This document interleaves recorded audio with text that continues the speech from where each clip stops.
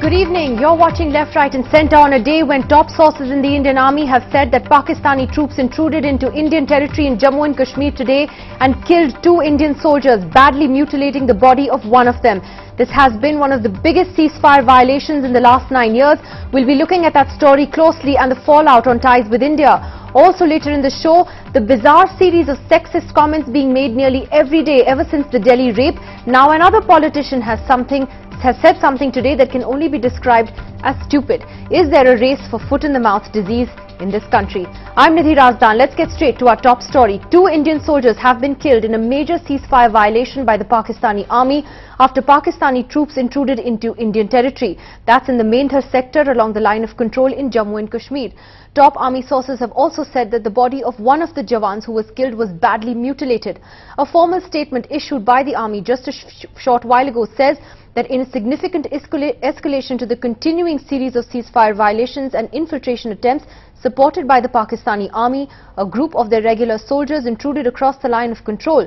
Pakistani army troops, having taken advantage of the thick fog and mist in the area, were moving towards their own posts when an alert patrol spotted and engaged the intruders. A firefight continued for approximately half an hour. 2 soldiers, Lance Naik Hemraj and Lance Naik Sudhakar Singh, laid down their lives. The army says this is yet another grave provocation which is being taken up sternly through official channels.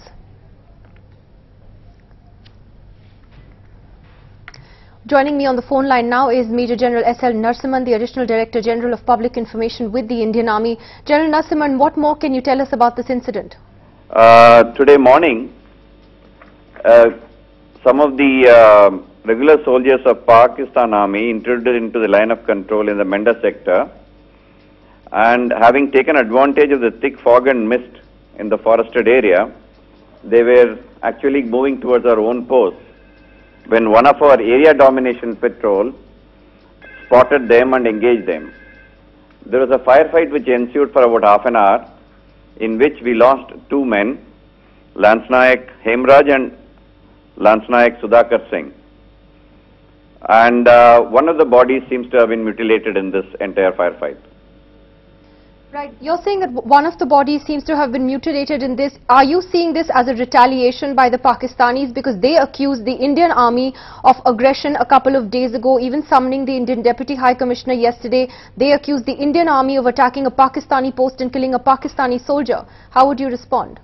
We had said today even the MEA spokesman had spoken about it. And that incident which you are talking about actually started with the Pakistani troops firing from across the border, and there was a calibrated response from our side. That is what we had said on that particular incident.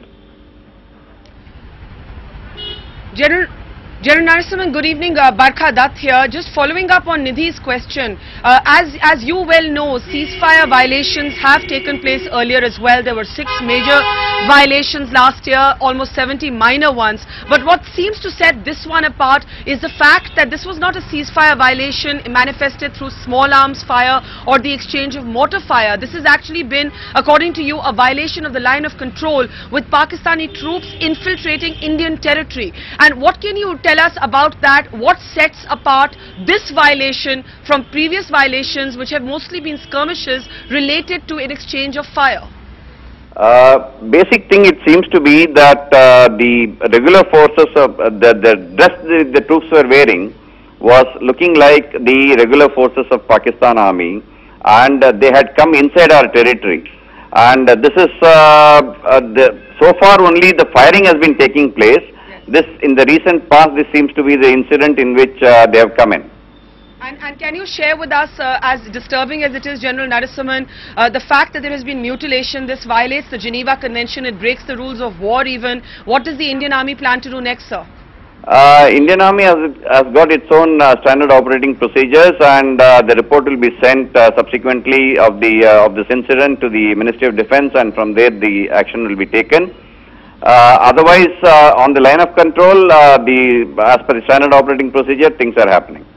Thanks very much, General Narasimhan. And Nidhi, as General Narasimhan mentioned we have to understand and explain to our viewers what makes this different from the 6 major ceasefire violations and the 70 minor ones that have taken place last year alone. Remember, this is a ceasefire that has been in place since 2003.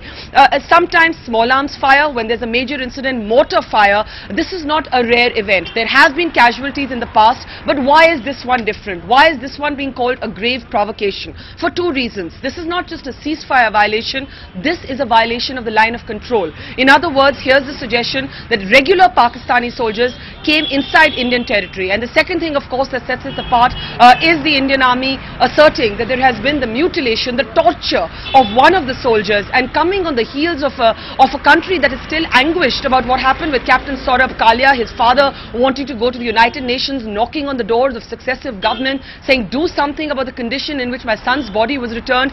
This is something that is going to cast an inevitable shadow on whether any gains have been made from the peace process. I say this with responsibility because, like I said, it has not been unusual for ceasefire violations to have occurred in the past, but they have not made any sort of process collapse. But here you have India-Pakistan playing cricket one week and reports of an Indian soldier being mutilated the next. This is going to create enormous pressure on that diplomatic process. Nidhi. All right, let me just go across to Zafar Iqbal, who broke this story for us earlier this evening. Zafar, what more are you hearing from the ground there? Any more updates?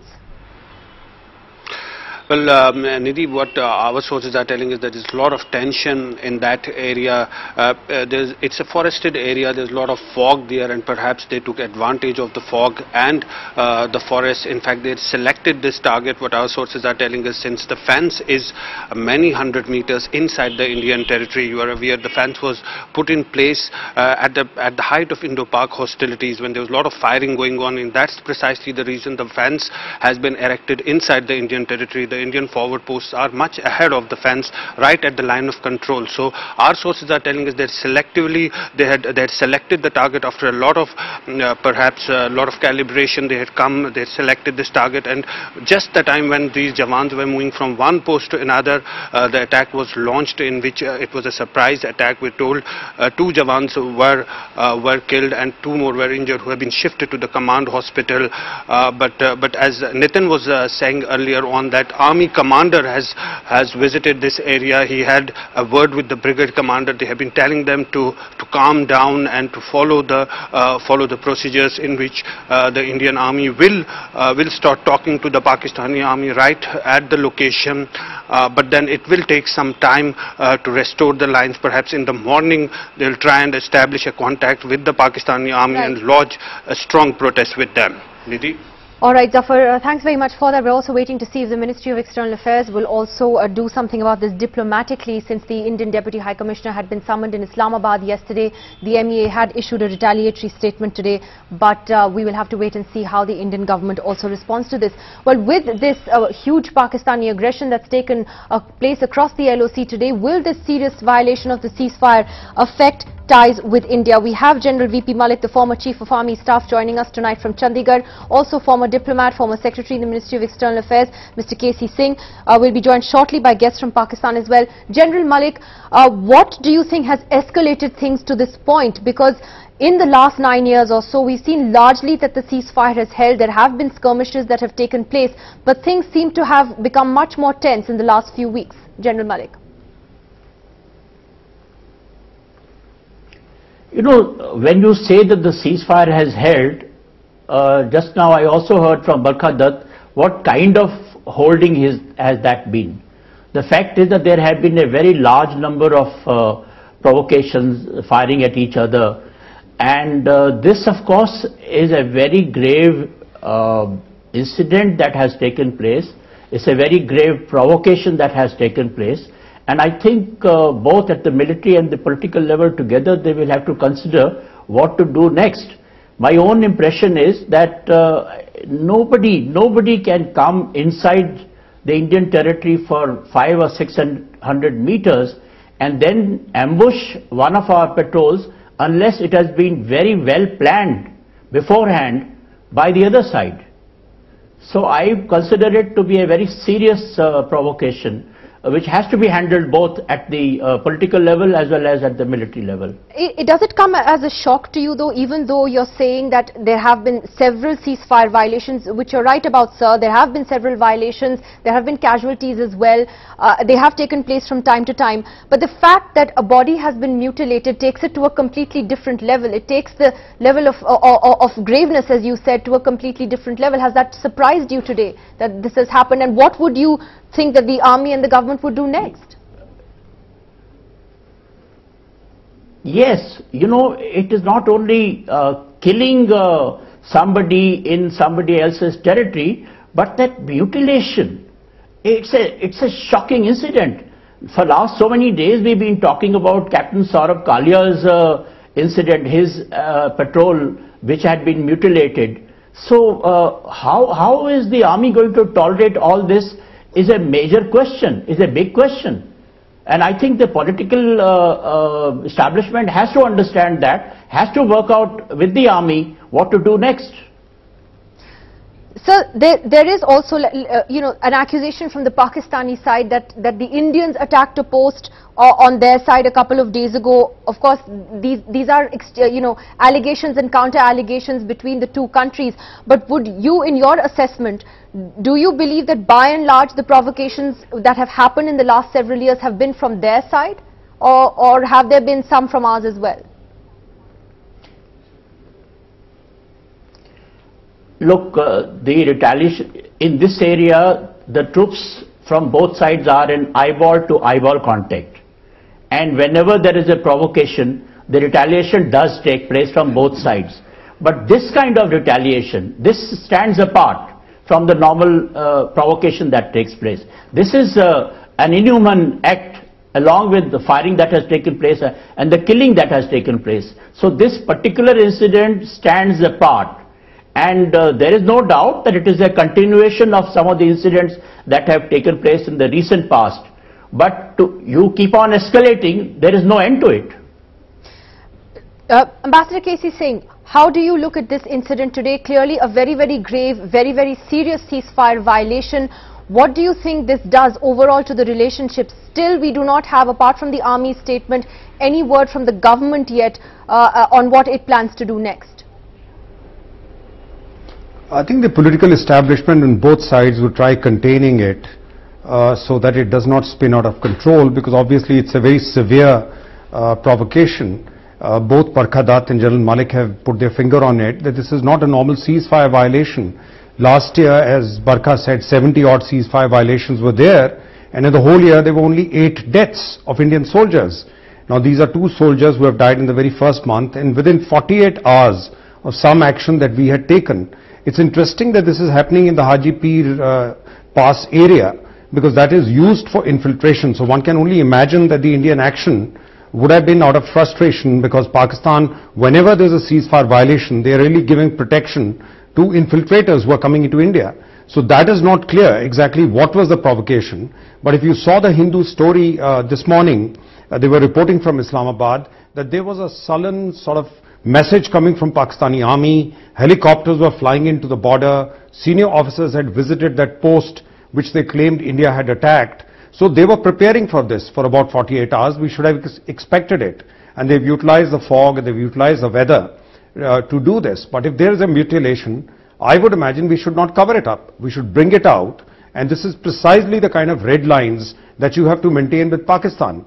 You carry on with the peace process. But like with Miadad, you make it very clear, anybody with terrorism links, we will not accept it. Similarly, Pakistani army, if they've done something, ceasefire violation is one thing, but if there is mutilation, waylaying of a people within a territory, I must ask then you I think it needs to be brought out. You're saying that the two governments will try to contain it, and I can see that happening already perhaps. But when you have the mutilation of a soldier's body, it is a very, very serious issue. There has to be a way in which India has to take this up forcefully, diplomatically as well. How is it going to be able to strike that balance? That you're absolutely correct. That is a balance which must be maintained at all times by a country, and certainly when you're dealing with Pakistan. You carry on with the dialogue process. Very often when you criticize the government, they turn around and say, no, these are people, these are warmongers, and they just don't want peace with Pakistan. No, that is not the argument. The argument is not either peace or war.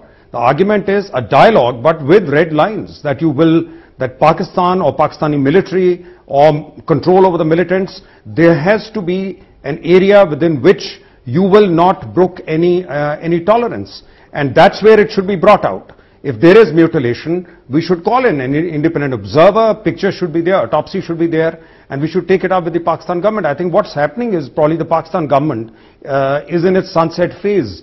Already we have seen one Mr. Qadri who has emerged on the scene. They are looking for an interim government before the election. So we are going into a thing where maybe the Pakistani military is likely to be less controlled by the Pakistani government than in the past. And therefore, this is a very sensitive phase.